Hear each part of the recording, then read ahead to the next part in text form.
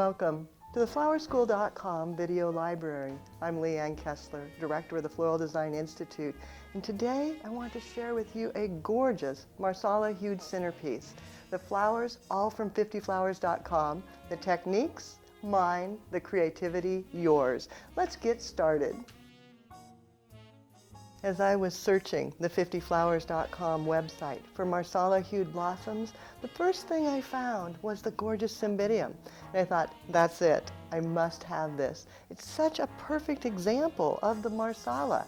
Pantone Color of the Year for 2015 is so popular for weddings, and this bloom, so long-lasting and fabulous. So that was where I started. I thought I have to have the cymbidium. And then I called up my representative and I said, now, what would you suggest to go with this? And she guided me through their website and we found some fabulous things. First off, the pink ice protea. Gorgeous bloom, and it comes in an assortment pack. It's all the same flower, but some of them tight buds, some starting to open, and then some a little more open. So you get great contrast between them. And of course, adding them into the cymbidium, pretty darn wonderful. Then I said, well, what else can I have? And we're searching through the site by color. And I'm looking by variety and choosing. And I found the Burgundy Cocoa Sweetheart Rose. And I thought, I am in love with this blossom. The color is so fabulous. And it picks up the color in the throat of the cymbidium so nicely so that it really accents that bloom. So again, all three of these flowers work so well together. Then thinking about the color wheel, the complement to Marsala is in the greens. So I ordered the classic assortment of foliages. It comes with a Fatsia aurelia, some pittosporum, tea leaves, and best of all, a bit of the leucadendron, also in that classic Marsala hue. You can see so many choices. If you want to set up your own pro account, contact them at 50flowers.com, tell them Leanne sent you, and they'll walk you through the process, give you your own code to receive pro pricing. The base mechanics, a cylindrical vase filled with wet foam. Then of course I don't want you to see that foam as I work. I want to hide those mechanics. So using some of the classic assortment, the tea leaves, cutting it down, and pulling off some of that back midrib and giving it a cut. And then I can slide that right down into the vessel, pulling it around, making sure that it hides everything. Can lift the foam up a little bit even and tuck it under, then set it back down. Then repeat that with additional leaves until you cover absolutely everything, just feeding it in and hiding all your mechanics. You can tuck the excess just in a bit or leave it. It really won't matter. It's not going to show.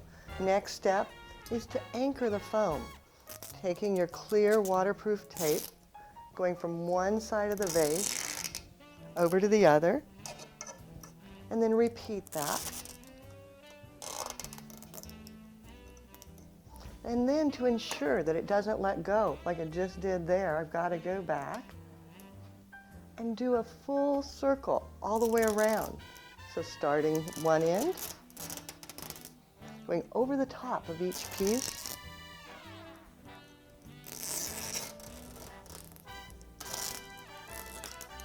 this will ensure the stability. Then as you cut your tape, make sure you goober up the end a bit. That way you can find the end when you go back. And of course, the goober from the last time, you've got to cut that off so that it's not going to show. And then just run around with your fingers, making sure to secure it so that as you add all the flowers, nothing will come loose. Last step, just go back and add water. The 50flowers.com classic assortment make it so easy to do Leanne's rule. Yes, this is my rule. Always use 3 or more foliages in your design to keep them more interesting. Well, it's easy with the assortment. If I can just take an assortment of things, tuck it down in. You can see there's leaf variation, there's color variation, and as I work, the only rule I have to follow is that everything radiates from a central binding point.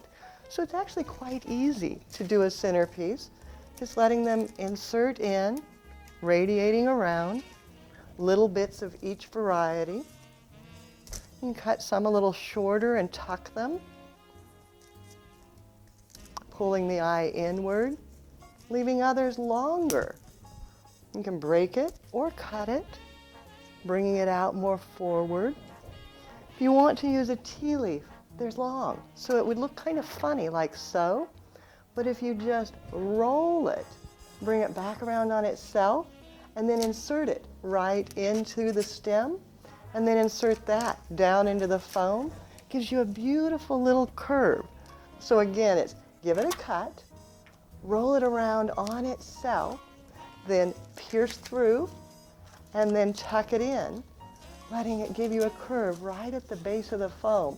Nice accent, great foam coverage. And then maybe one more back here. Bringing in the gorgeous Fatsia. These big leaves are so fun to work with, have so much movement. Letting them come out to the side, maybe even terracing a second one right over the top to make it even more dramatic. As you place your main blossoms, the cymbidiums and the protea, you want to look at them. They have faces. They'll naturally look better one direction than they will the other. Here it looks like it's weeping. Here it looks like it's happy. Then you're not going to want every single bloom. It's too long for this centerpiece, so I pull from the bottom, removing and saving those extra little blooms. We'll use those separately. And then giving it a nice, sharp, angled cut, and letting it drape into the foam and outward. Making sure you get it in there at least 2 inches so that it will drink well.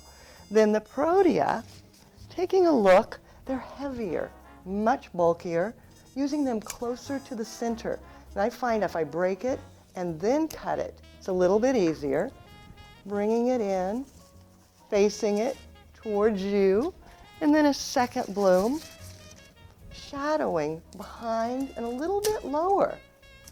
It'll draw your eye into the center of the arrangement, and this one I'm facing towards me.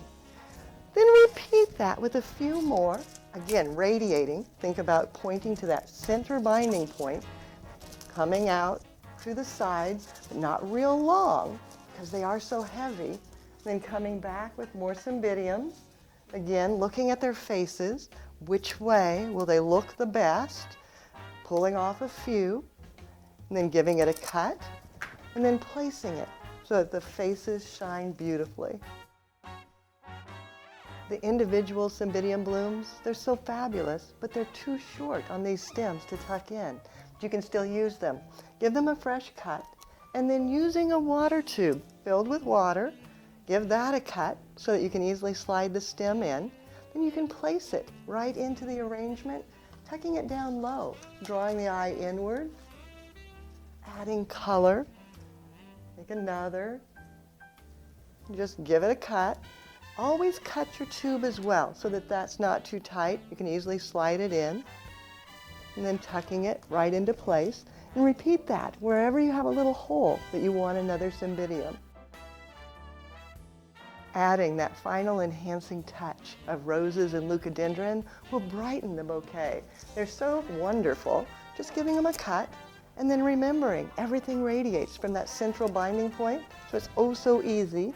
Just tuck it down in, and then group a couple of them for a little more drama. Bring a second stem, and tucking it just a little lower underneath draws attention. That shadowing always makes things more important. Bringing roses around, can't forget the back side, because there really is no back in a centerpiece. You want it to be beautiful no matter which direction. Tucking it in, grouping a second here. Then coming back with the leucadendron. You can leave it longer, let it come out to the sides, filling in, maybe even bringing a piece out towards the front. Adding accents right down here. Then take a look. Wherever you have holes, go back, add a leucadendron or two, add a rose or two, until it's absolutely perfect. You can stop here, and it's a beautiful centerpiece.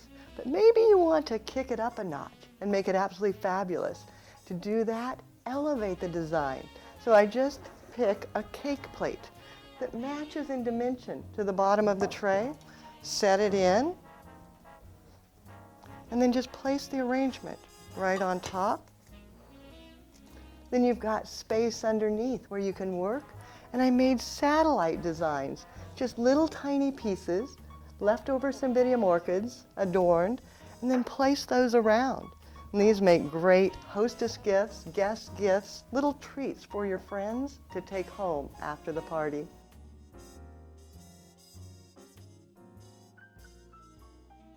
The satellites are so easy to create, and it's a wonderful way to use up your leftover materials, the short cymbidiums, maybe little bits of foliages. To do this, you need one good leaf. I'm using the tea leaf, they're so nice and long, and I'm cutting it in half, running right along the midrib. So this will actually make 2 satellites. And I go back and I cut it from the midrib on the opposite side. Your scissors will just go right along the edges. Then taking this nice pliable leaf, you're going to wrap it around the vase. And I'm just using a candle cup. And I just take and find the end and then wrap it, overlapping, keeping the cut edge towards the bottom because it's nice and flat. Letting the other edge go up over the top, wrapping. When you get all the way around to the end, a single U-glue dash, bond it straight on, pull off the tab, and then wrap it around. Then I decorated it with the mega beads, just wrapping, overlapping. Maybe go around a couple of times and then securing them together. And again, cutting it. So now you've got the cup. It's all beautiful. Just take a little tiny bit of foam, pop it in, and you're ready to design. Creating beautiful arrangements is easy when you've got fabulous flowers to work with. Now, as you contact 50 Flowers, be sure to ask for the Pro account. Tell them Leanne sent you, and that way you'll get the professional pricing. If you've got questions, feel free to contact me. You can reach me through the website at flowerschool.com or by telephone at 503-223-8089. And of course, use my personal email. Send me a picture of what you create. My email is Leanne, Leanne, at floraldesigninstitute.com. Now it's your turn. What are you going to create with all these beautiful flowers? Have fun and do something you love.